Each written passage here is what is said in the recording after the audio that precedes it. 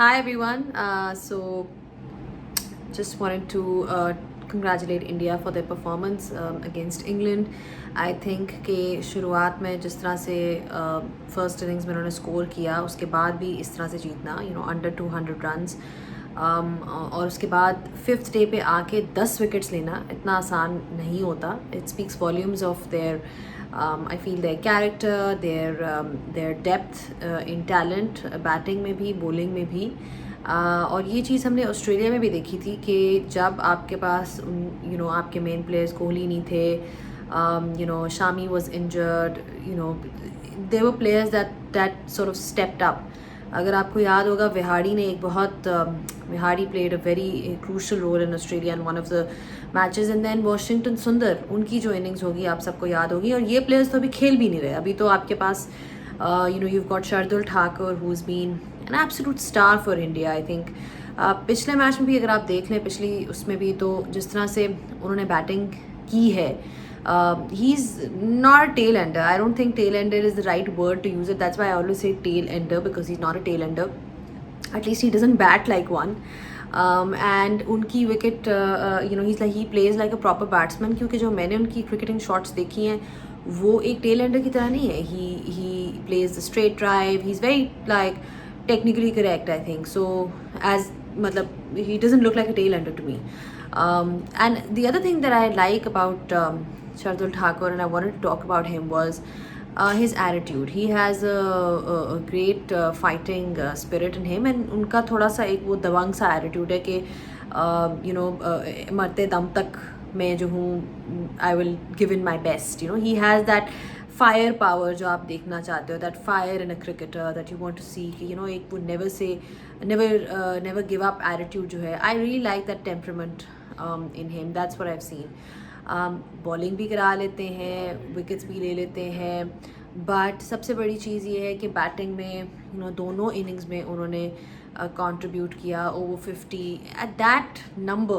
Coming at that number when England thinks कि जी we've got through the top order of India. Kohli की wicket मिल गई, रहाणे की wicket मिल गई, पंत की मिल गई, उसके बाद शार्दुल ठाकुर आ गए और वो ठाकुरों की तरह खड़े हो गए कि अब हमने यहाँ से जो है एक काउंटर अटैक करना है. उनकी approach, it's all about the approach, right? So his approach has been great. And I feel, is a smart cricketer. That's what I've liked about him. But the one thing that I want to point out about him is that I was watching his performance and I tried to look at his record, and obviously उनकी Ranji trophy में क्या performance रही है. उन्होंने 66 first class matches खेले हैं. We often underestimate the value of first class cricket, especially I feel कि जब आप पाकिस्तान को देखें, नसीम शाह का, अगर आपको याद होगा, नसीम शाह को फ़ौरन आफ्टर PSL लाया गया without any first class experience. Mohammad Hasnain का कितना फर्स्ट क्लास एक्सपीरियंस है. फर्स्ट क्लास को आप कभी भी एक लीग से कंपेयर नहीं कर सकते. जो आप वहाँ पे सीखते हो, जो एक वो हार्ड ग्राइंड होती है, वो वहीं से आप सीखते हो. And then you are able to bowl the way he does, because he bowls in one corridor. It's a true test of your skill, your temperament when you play 4-day cricket, or when you play a longer format. And 66 first class matches खेल कर ही वो 2012 से आप सोचें लगे हुए हैं team में. 2012 से उनकी सफ़र स्टार्ट हुआ हुआ है, अब जाके उनको वो रिकग्निशन मिल रही है. तो इतना मुश्किल होता है इस लेवल पे पहुंचना. एंड आई फील कि आपको फर्स्ट क्लास क्रिकेट को वहाँ पे थोड़ा क्रेडिट देना होगा जहाँ उन्होंने अपनी रूट्स को स्ट्रॉन्ग किया और अपनी ऑलराउंड कैपेबिलिटीज़ को नरिश किया. ये नहीं था कि वो IPL खेल के फ़ौरन टीम में आ गए थे. There was a history behind. And I feel that's something that Pakistan cricket also needs to learn, that it's unfair to put players right from PSL into the longer format. T20s में तो शायद वो चल जाएं, लेकिन I feel first class जितना आपको discipline सिखाता है, या फर्स्ट क्लास आपको जितनी आपकी स्किल्स को होन करता है, वो कोई नहीं करता. Ranji trophy is proving, I think, देखें अब जो आपकी बेंच स्ट्रेंथ आ रही है इंडिया की, it reflects on this system कि नीचे से एक सिस्टम स्ट्रॉन्ग आ रहा है. हर एक अकेडमीज़ जो इतनी आपने देखी इन्वेस्ट हुई हैं अकेडमीज़ में, फिर grounds, and then small towns में से जो प्लेयर्स आते हैं. सो इस मैच में आई थिंक अगर इंडिया को फुल क्रेडिट जाता है कि आखिरी दिन पे 10 विकेट्स लेना. और I mean I haven't even spoken about Bumrah yet, because he is like you know, he's the most obvious superstar of the team right now. मैं बुमराह पे अभी आई भी नहीं हूँ. I wanted to highlight Shardul Thakur's performance because I thought he was really good, and he's been you know, sort of the backbone of the batting. So दोनों innings में score करना जहाँ पे बाकी इतना नहीं कर रहे थे, speaks you know, it tells you a lot about what he's all about. Now Jasprit Bumrah, I mean इस वक्त आई थिंक अगर आप पेस अटैक में देखेंगे, दुनिया के पास जितने भी पेस अटैक्स हैं, जितने भी पेसर्स हैं, Bumrah is right up there. देखें, जब आप एज अ बॉलर एक सर्टन अमाउंट ऑफ पेस पे in any kinds of conditions, specially flat conditions, wickets ले सकते हैं, then you are world class. I think अगर आप पाकिस्तान की हिस्ट्री देखें, जो वसीम और वकार की एक क्वालिटी थी वो ये थी that they used to take the pitch out of the equation.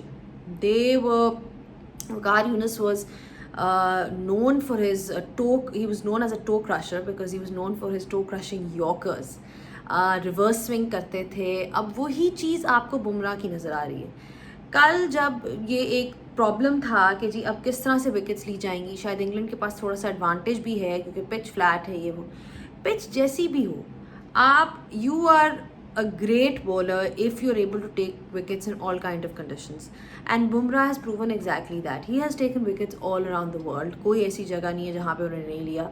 And I feel वो एफर्ट मारते हैं, वो उनकी जो एक वो 6 ओवर्स का एक जो स्पेल था, it was incredible because एक तो होता है कि लाइन एंड लेंथ पे बॉलिंग कराना है, एक होता है wicket taking deliveries.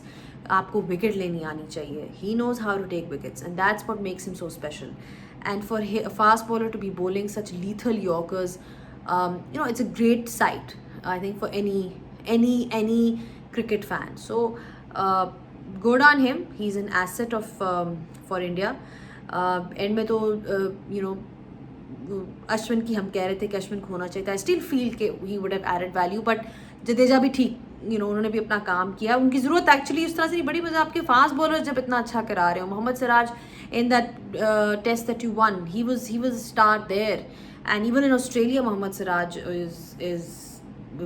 was quite incredible. So India की जो strength है वो I would say इस वक्त उनकी bowling है. Yes, there was a time when it used to be batting भी है, लेकिन bowling एंड में आपको टेस्ट मैचेस bowlers ही जिताते हैं. स्कोर आपका ऊपर से हो जाए, 20 विकेट्स आपको लेनी है मैच जीतने के लिए, you need good match winning bowlers. So उनकी बॉलिंग उनकी स्ट्रेंथ है, और जो बैटिंग है इस वक्त आई फील कि कोई ना कोई is stepping up. So whether it's a KL Rahul 100, whether it's a Rohit Sharma 100, कोई ना कोई is stepping up. Rahane perhaps is in a bad form. I think काफ़ी देर से 1-2 साल हो गए शायद उनको स्कोर करे हुए, अच्छा स्कोर करे हुए. So he needs to get his form back. Kohli ने भी अभी तक उस तरह से इनिंग्स नहीं खेली. He played a lot of 40s, but हम you know we expect Virat to score like a double 100. You know उसका कैलिबर वो है, बट खैर अभी टीम को ज़रूरत ही नहीं है because everybody else is doing there part. So overall India's team is looking very good. And England, I am afraid England की बैटिंग बहुत वीक है. in fact it's the weakest batting that I've seen of England in a very long time.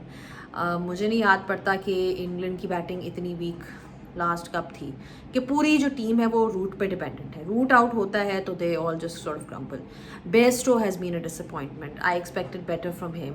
Buttler जब खेल रहे थे he was a disappointment. Stokes के ना होने से इनको धचका लगा है. ऊपर से ओपनर्स तो आपको पता ही है कि पहले सिबली का क्या हाल था. रोरी बर्न्स ने कैचेस 2 कैचेस ड्रॉप किए. एक पहली इनिंग्स में कोहली को ड्रॉप किया, दूसरी इनिंग्स में रोहित शर्मा को ड्रॉप किया और रन्स भी स्कोर नहीं किए. सो जब आपकी बैटिंग ऐसी हो आई थिंक कि आप मैचेस जीतना बहुत मुश्किल हो जाता है. सो आई थॉट, मुझे जब इंडिया ने 200 की लीड हो गई थी, यकीन माने मुझे था कि ये मुश्किल होगा. Not a lot of people were agreeing to what I am saying because they were saying, मैं कुछ कमेंट्स आपके पढ़ रही थी कि फ्लैट ट्रैक है, ये है, no they need to. But you also need to see the opposition, right. पता है कि वो थोड़े से नर्वस हैं, they not sure about their batting. So I was confident that India will be able to take 10 wickets, and that's what they did. So congratulations to them. It's going to be very difficult for England to make a comeback now because इस तरह से जब आप जीतते हो तो आसान नहीं होता.